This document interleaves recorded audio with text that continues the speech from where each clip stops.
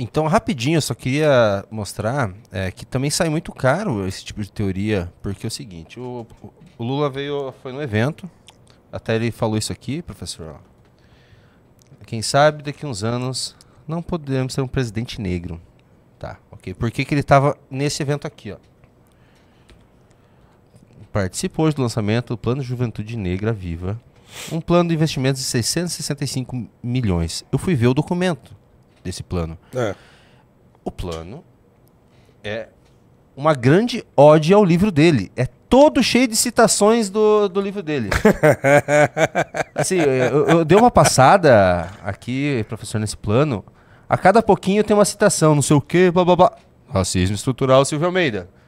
Então, o Silvio Almeida lançou um plano de 665 milhões baseado na tese dele. Numa teoria social. Uma teoria social. Que vários intelectuais de esquerda já mostraram que é furada. Agora, detalhe, eu vi uma notícia sobre isso, e aí uma pessoa que foi entrevistada, aí, que tá na coordenação disso aí, ela falou assim, a gente perguntou pros jovens qual que é o maior problema que elas encontram, né, a juventude negra e tal, e elas falaram que é a letalidade. Que é assim, uma coisa absurda. Olha lá, tá lá, ó, mapa da violência, né? Eles estão usando como argumento, dizendo que os jovens acham que o maior problema, o jovem negro, dizendo que o maior problema dele é a letalidade. Assim, ele nem sabe o que é isso. E assim, se o maior problema do jovem negro brasileiro não é a educação, nada é um problema. Nada é problema. O problema do jovem negro brasileiro é a educação. Educação. Tem a ver com letalidade. Porque quando fala letalidade, também acho que a polícia tá matando aos borbotões aí. Se é a letalidade, é porque ele tá sendo morto pelo crime. Então, como é que vocês vão combater o crime organizado pra diminuir a letalidade do jovem negro? Tá no projeto? O crime organizado é citado nesse projeto aí do Silvio Almeida ou não? Provavelmente não, né? Não. Porque o problema do jovem negro é o crime organizado. Olha só, é um grande ódio a ele, ó. Almeida, 2019, página 33. Cara, assim, não dá pra esperar nada, obviamente, assim, né? Ver isso aí, não dá nem pra se espantar que seja assim, porque o Silvio Almeida é um tanto egocêntrico. Vaidade, então, ele é vaidoso. O melhor dos pecados. Ele é vaidoso, eu escrevi, o meu artigo essa semana, inclusive, é criticando, porque ele foi lá criticar os críticos do seu livro, dizendo que as pessoas que criticam o livro dele é porque são arrogantes, né? Porque não leram o livro, não entenderam o livro, tal. Então que é uma arrogância tremenda. Mas o fato das pessoas não entenderem bem o que isso significa as leva a saírem repetindo esse papo de racismo estrutural, como se não houvesse amanhã, sem entender muito bem o que elas estão querendo dizer. Né? Porque, obviamente, é uma teoria abstrata e mal explicada. Dentro da ideia religiosa, óbvio, então assim, o que um cristão acredita? Que o mundo está maculado pelo pecado. Houve lá uma queda, houve em algum momento da história uma coisa muito ruim aconteceu e o ser humano se afastou de Deus. Então ele vive numa condição cósmica de pecado. O indivíduo é pecador, mas o cosmos é pecador. Então o pecado está impregnado em tudo. Para um cristão, não é possível viver nesse mundo sem pecado.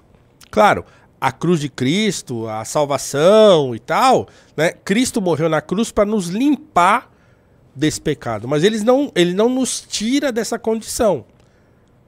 Né? É uma espécie de agora ainda não, ao mesmo tempo. Tá? Eu não quero ser excessivamente teológico aqui, mas só explicando que para o conceito de pecado original, é a ideia de que você pode viver numa condição ainda que salvífica pela cruz de Cristo, pelo sangue de Cristo, mas a sua condição de pecado ela não desaparece. Só que você já foi perdoado dessa condição. Dentro do cristianismo é assim que acontece. Agora, Se você acredita em racismo estrutural, para esse pecado não há perdão. Não há redenção para o pecado original. Por isso que a única maneira de mudar a condição de pecado original, né, racismo estrutural, é subvertendo a ordem das coisas. Por isso que a solução é revolucionária. O Silvio Almeida não fala isso. Quem falou isso foi o professor Alisson Mascaro, lá no canal do YouTube do Silvio Almeida. Tem uma entrevista lá, procurem lá. Alisson Mascaro. Põe a capa aí, Junito, por favor. Na capa dessa entrevista que o Almeida fez com o Alisson Mascaro, que é o seu mestre na universidade. Alisson, com 2 S's, Mascaro, Silvio Almeida. Na capa, na thumbnail da entrevista, já diz lá qual que é a solução para o racismo estrutural. Eu não sei se... Olha lá. É isso aqui? Olha lá, olha o que está escrito ali. A solução para o racismo estrutural é o quê? Na direita ali, ó. Onde você está com o mouse. A revolução. Exatamente. O Silvio Almeida não fala isso. Quem falou foi o Alisson Mascaro, que é o mestre do Silvio Almeida. Mas ele é branco. Mas ele é marxista, então não tem problema. Entendi. Né? No livro do Silvio Almeida ele não fala isso. Ele também não fala o que deve ser feito. Ele dá uma dica de que ele acha que é possível solucionar o problema do racismo estrutural com ação afirmativa. Mas não me parece correto dizer isso. Porque se o racismo está nas estruturas, a única maneira de você corrigir uma estrutura é derrubando a casa. Então, o Alisson Mascaro foi mais sincero do que o Silvio Almeida, dizendo que a solução é a revolução. Então, a única maneira de curar a sociedade do pecado original chamado racismo estrutural é a revolução. Por quê? Porque para esse pecado não há redenção. Então, é um simulacro da ideia de pecado original travestida em teoria social. Então não é que o racismo é um deus, como o Léo Lins disse, né? Ele interpreta certo a coisa, mas a conclusão dele eu considero, não errada, mas assim, eu acho que é invertido. Não é que é um deus, na verdade é um pecado por excelência, para o qual não há perdão. É isso. Meu Deus, que aula, professor. Tamo junto. Muito obrigado, isso foi sensacional. Foi sensacional. De verdade. A gente precisa entender isso, Júnior, porque esse negócio tomou conta, né, do debate público. Os caras estão fazendo política pública baseada numa teoria social que não para em pé. 665 milhões. Para eu terminar o livro, eu precisei fazer um esforço desgraçado, porque você vai lendo... Se você é uma pessoa treinada para ler filosofia, para ler sociologia, você vai lendo a coisa, você vai vendo que o negócio não está fazendo sentido. Você fala, peraí, mas... Ele começou a falar um negócio aqui, mas ele abandonou o argumento aqui, já está falando uma outra coisa. Então, o livro é cheio disso.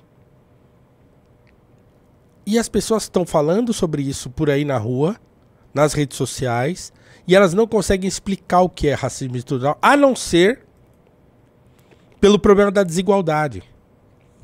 Então as pessoas acham que porque tem pouco negro em posição de poder, tem muito negro na cadeia, tem pouco negro não sei aonde. Então, pelo problema socioeconômico, a explicação que elas encontraram é, então, viu, o racismo é estrutural, porque não tem negro como diretor das grandes empresas.